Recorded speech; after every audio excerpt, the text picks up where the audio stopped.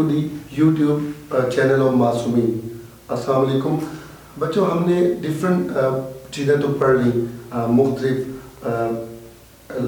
Phoneme से लेकर sentence तक। अब चूँकि हमारा मेन पॉइंट तो सेंटेंस है, जब हम बोलते हैं तो हम सेंटेंस के डिफरेंट पार्ट जो हम यूज़ करते हैं वो हम लोग एक एक करके डिस्कस करेंगे कि एज अ सब्जेक्ट क्या होता है। हमने शुरू में पढ़ा सब्जेक्ट क्या होता है, वर्ब क्या होता है, ऑब्जेक्ट क्या होता है, कि कहाँ पर हमारा ऑब्जेक्ट नहीं होता, और जहाँ पर ऑब्जेक्ट भी नहीं होता तो हम उसको सेंटेंस की सेंस को कंप्लीट करने के लिए हम कोई एक्स्ट्रा कॉम्प्लीमेंट लगाते हैं। तो हम इन चीज़ों को डिस्कस करेंगे one by one. Okay, part of sentence. Subject हमारा क्या होता है, काम करने वाला, फाइल भी कहते हैं, ठीक है, जो एक्शन करने वाला होता है। उसमें हम लोग नाउन को भी यूज़ कर सकते हैं। नाउन एज वी नो कि नाउन होता क्या, नेमिंग थ्योरी, किसी चीज़ का नाम हो, रिकॉग्निशन होती है। जब भी कोई बच्चा पहला वर्ड बोलता है वो नाउन होता है, माँ, मामा या कार, ऐसी चीज़ें, छोटी छोटी बातें वो बोलता है, तो रिकॉग्निशन करता है चीज़ों की कि ये चीज़ की पहचान क्या है।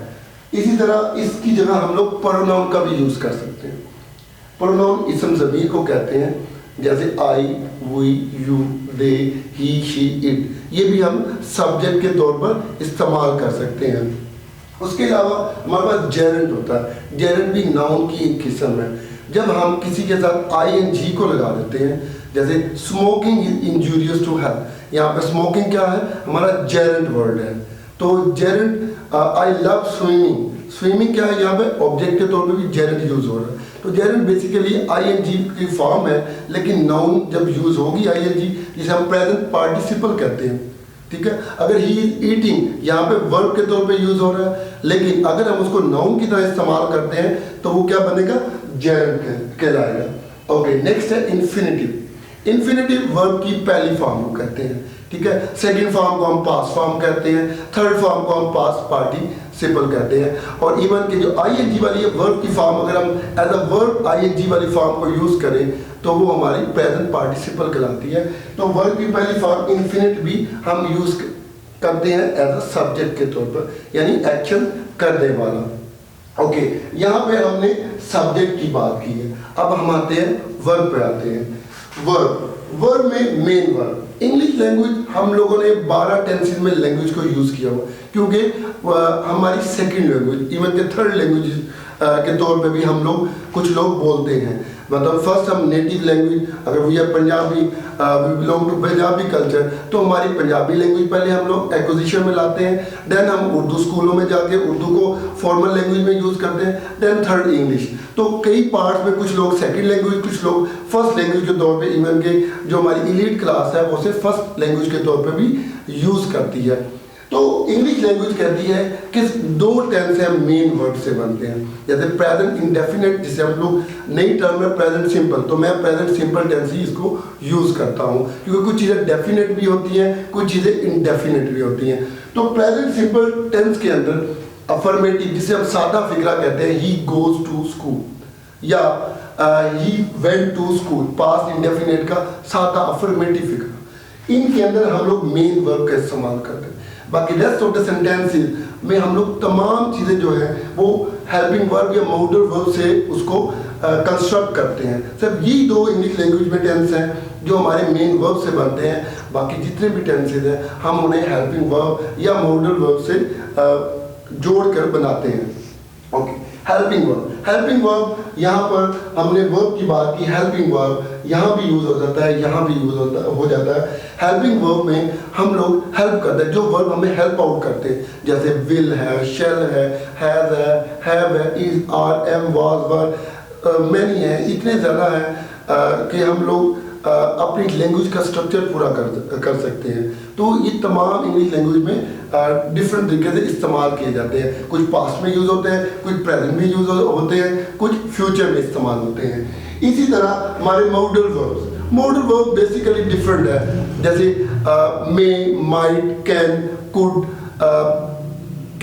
ये लोग आपने पढ़े होंगे। कुछ पॉसिबिलिटी के लिए यूज़ होते हैं, कुछ आपकी एबिलिटी को शो कराते हैं, कुछ मस्ट ऑब्लिगेशन के लिए यूज होता है, कुछ शुड जैसे सजेस्ट के लिए यूज होता है। ये तमाम जो मोडेलिटी है, जो मॉडल वर्ब्स है, इससे भी हम यूज करके अपने सेंटेंस को कंस्ट्रक्ट करते हैं।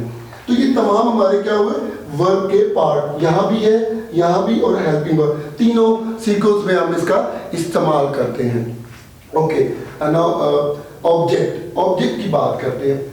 ऑब्जेक्ट जहाँ कई जगह हम डायरेक्ट एक्शन करते हैं, कई जगह हम लोग इनडायरेक्ट होता है, जैसे ही किल्ड हिम, यहाँ पे हमारा डायरेक्ट एक्शन हुआ, यानी सब्जेक्ट का जो है ऑब्जेक्ट पे अफेक्ट है, जो एक्शन हो रहा है, ही किल्ड, उसने उसको मारा, ही killed him with a knife, उसने उसको छुरी के साथ मारा या चाकू के साथ, that is the indirect object. तो ये हमारे दो तरह के ऑब्जेक्ट होते हैं। इसी तरह प्रपोजिशनल ऑब्जेक्ट भी होते हैं। I am waiting for you, अब यहाँ पे फॉर जो है for you, that is the prepositional object. Okay, जहाँ पर हमारे पास ऑब्जेक्ट ना हो, जैसे सब्जेक्ट प्लस वर्ब एक इवेंट है, इसको हम इस्तेमाल करते हैं, तो इसमें हमारे कुछ ट्रांजिटिव वर्ब भी यूज होते हैं। मैं थोड़ा एलैबोरेट इनको भी करना चाहूँगा, transitive verb and intransitive verb.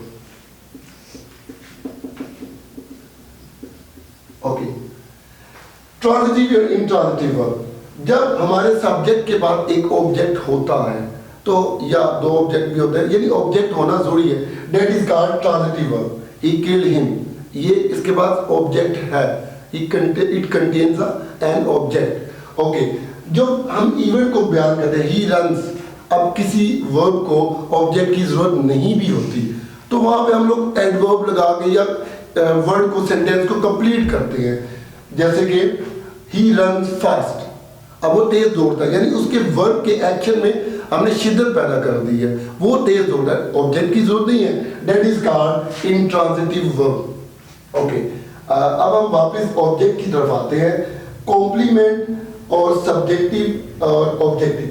अब कॉम्प्लीमेंट डिफरेंट है। कॉम्प्लीमेंट से मुराद ये होता है कि सब्जेक्ट के अंदर हेल्पिंग वर्ब के साथ हम कुछ ऐसे वर्ड जहाँ पे हमारे पास ऑब्जेक्ट नहीं होते, हम उस सेंटेंस को कंप्लीट करना चाहते हैं, जो कंप्लीट करना होता है उसे हम कॉम्प्लीमेंट कहते हैं। कॉम्प्लीमेंट सब्जेक्टिव भी हो सकता है, कॉम्प्लीमेंट ऑब्जेक्टिव भी हो सकता है, तो डिफरेंट है। जैसे he is a brave boy, अब देखिए यहाँ पर ब्रेव बॉय, ठीक है, यहाँ पर ब्रेव बॉय एक उसकी क्वालिटी बता रहे हैं, तो एज अ सब्जेक्ट के तौर पर ब्रेव बॉय नाउन यूज हो रहा है, तो ये हमारा सब्जेक्टिव कॉम्प्लीमेंट होगा। हम ऑब्जेक्टिव कॉम्प्लीमेंट की बात करें, he threw the ball hard on me, अब ये threw the ball hard on me, hard यहाँ पर जो वर्ड हार्ड यूज है, that is the objective complement. ठीक है, तो आज के लिए हमने इन चीजों को बेसिक पढ़ा है कि हमारा सब्जेक्ट क्या होता है, वर्ब क्या होता है, ऑब्जेक्ट, जो हम सीक्वेंस की बात कर रहे थे, हमने बारी बारी सारा कुछ इलेबरेट किया है। अब इनकी हम एक जो नेक्स्ट हम बात करेंगे वो इनकी एक्सरसाइज की बात करेंगे। सेंटेंस मैं आपको कंस्ट्रक्ट करके बताऊंगा, एक एक चीज को हम इलेबरेट करेंगे, सेंटेंस के अंदर फाइंड करेंगे, ताकि आपको अगर कुछ डेफिनेशन या कुछ आइडियाज अभी आपके माइंड में शायद क्लियर ना हो, तो सेंटेंस स्ट्रक्चर को जब मैं तोड़ के आपको बताऊंगा तो आप क्लैरिटी से उसको समझ पाएंगे। Thank you so much, have a good day.